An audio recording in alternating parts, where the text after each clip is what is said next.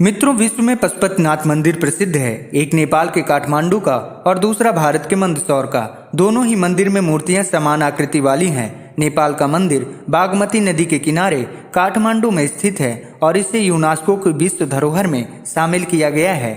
यह मंदिर भव्य है और यहाँ पर देश विदेश के पर्यटक आते हैं।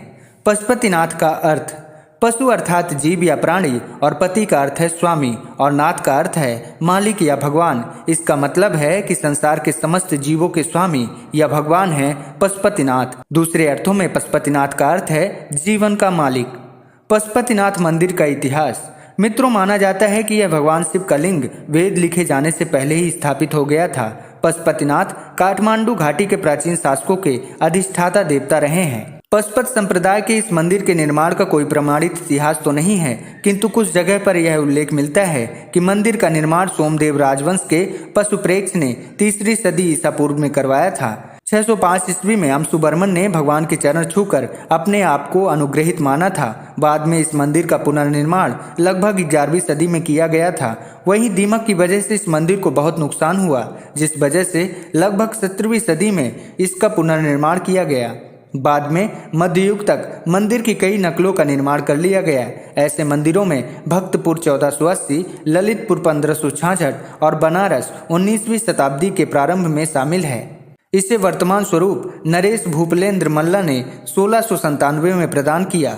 वहीं अप्रैल 2015 में आए विनाशकारी भूकंप में पशुपतिनाथ मंदिर के विश्व विरासत स्थल की कुछ बाहरी इमारतें पूरी तरह क्षतिग्रस्त हो गई थी, जबकि पशुपतिनाथ मंदिर का मुख्य मंदिर और मंदिर का गर्भगृह किसी भी प्रकार की हानि नहीं हुई थी। पशुपतिनाथ मंदिर के पुजारी। मित्रों, पशुपतिनाथ मंदिर में भगवान शिव की सेवा करने के लिए 1747 से ही नेपाल के राजाओं ने भारतीय ब्राह्मणों को आमंत्रित किया था। बाद में मल्ल राजा वंश के एक राजा ने दक्षिण भारतीय ब्राह्मण को मंदिर का प्रधान पुरोहित नियुक्त कर दिया। मंदिर में दक्षिण भारतीय भट्ट ब्राह्मण ही इस मंदिर के प्रधान पुजारी नियुक्त होते रहते थे। वर्तमान में प्रचंड सरकार के काल में भारतीय ब्राह्मणों का एकाधिकार खत्म कर नेपाली लोगों को पूजा का प्रभार सौंप दिया गया। पशुपतिनाथ मंदिर का परिचय। नेपाल में पशुपतिनाथ मंदिर काठमांडू के पास देवपाटन गांव में बागमती नदी के किनारे स्थित है। मंदिर के गर्भगृह में भगवान शिव की एक 5 मुख वाली मूर्ति स्थापित है। पशुपतिनाथ विग्रह में चारों दिशाओं में एक मुख और एक मुख ऊपर की ओर है।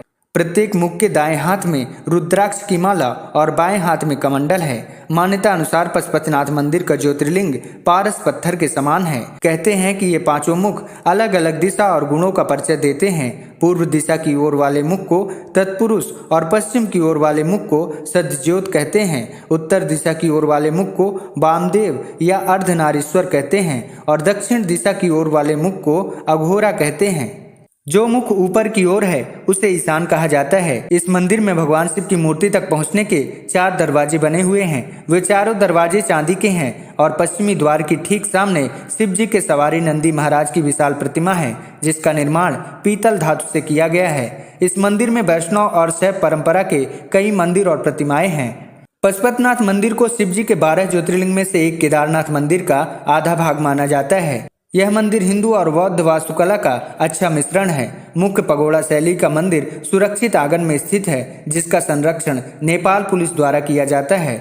यह मंदिर लगभग 264 हेक्टेयर क्षेत्र में फैला हुआ है। मंदिर का द्विस्तरीय छत का निर्माण तांबे से किया गया है, जिन पर सोने की परत चढ़ाई गई है। मंदिर वर्गाकार के एक चबूतरे पर बना है, जिसकी आधार से शिखर तक की ऊंचाई 23 मीटर 7 सेंटीमीटर है। मंदिर का शिखर सोने का है, जिसे गजुर कहते हैं। परिसर के भीतर 2 गर्भगृह हैं, एक भीतरी और दूसरा बाहरी। भीतरी गर्भगृह वह स्थान है जहां शिव जी की प्रतिमा को स्थापित किया गया है, जबकि बाहरी गर्भगृह एक खुला गलियारा है। भीतरी आंगन में मौजूद मंदिर और प्रतिमाओं में बासुकीनाथ मंदिर, उन्माता भैरव मंदिर, सूर्य नारायण मंदिर, कीर्ति मुख भैरव मंदिर, बूंदा नीलकंठ मंदिर, हनुमान मूर्ति और 184 शिवलिंग मूर्तियां प्रमुख रूप से विद्यमान हैं। जबकि बाहरी परिसर में राम मंदिर, विराट स्वरूप मंदिर, 12 ज्योतिर्लिंग और पद्म शिवालय, गुम्होश्वरी मंदिर के दर्शन किए जाते हैं।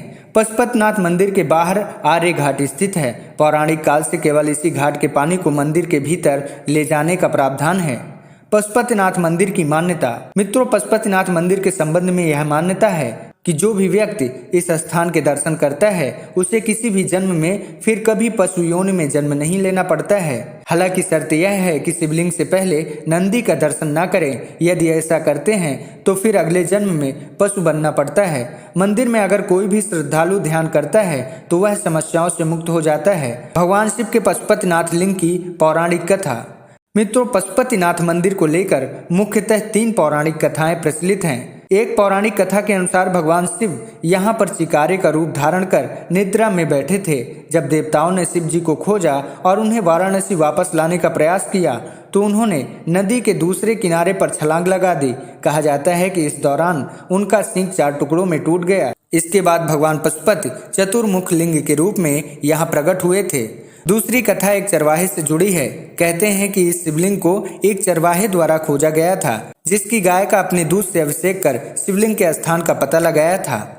वहीं तीसरी कथा भारत के उत्तराखंड राज्य से जुड़ी एक पौराणिक कथा से है। इस कथा के अनुसार इसका संबंध केदारनाथ मंदिर से है। कहा जाता है कि जब पांडवों को स्वर्ग पारायण के समय शिव जी ने बैल के स्वरूप में दर्शन दिए थे, जो बाद में धरती में समा गए, लेकिन पूर्णतः धरती में समाने से पूर्व भीम ने उनकी मध्य भाग को पकड़ लिया था। जिस स्थान पर भीम ने यह कार्य किया था उसे वर्तमान में केदारनाथ धाम के नाम से जाना जाता है, एवं जिस स्थान पर उनका मुख धरती से बाहर आया उसे पशुपतिनाथ कहा जाता है। तो मित्रों, ये रहे पशुपतिनाथ मंदिर से जुड़े इतिहास और पौराणिक कथा। मिलते हैं फिर एक पौराणिक कथा के साथ। हर हर महादेव।